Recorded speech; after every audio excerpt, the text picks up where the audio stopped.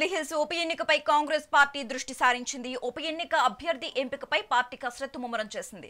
ముగ్గురు ఆశావాహుల పేర్లతో మంత్రులు ఒక జాబితాను సిద్ధం చేశారు. ఈ కీలక జాబితాను వారి త్వరలో టీపీసీసీకి అందజేయనున్నట్లుగా సమాచారం. మరోవైపు ఏఐసీసీ కార్యదర్శి మీనాక్షి నటరాజన్ ఈ రోజు హైదరాబాద్ లో రెండో రోజు పర్యటించనున్నారు. స్థానిక ఎన్నికలు, జూబ్లీహిల్స్ ఉప ఎన్నికకు సంబంధించి పార్టీ నేతలు, ముఖ్య శ్రేణులతో కీలక చర్చలు జరపనున్నారు.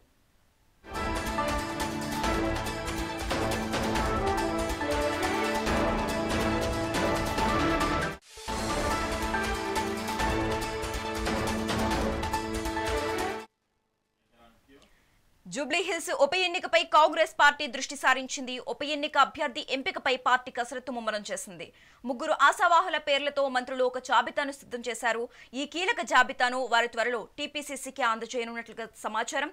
అయితే మరోవైపు ఏఐసీసీ కార్యదర్శి మీనాక్షి నటరాజన్ ఈ రోజు హైదరాబాద్ లో రెండో రోజు పర్యటించనున్నారు. స్థానిక ఎన్నికలు, జూబ్లీహిల్స్ ఉప ఎన్నికలకు సంబంధించి పార్టీ నేతలు, ముఖ్య శ్రేణులతో కీలక చర్చలు జరగనున్నారు.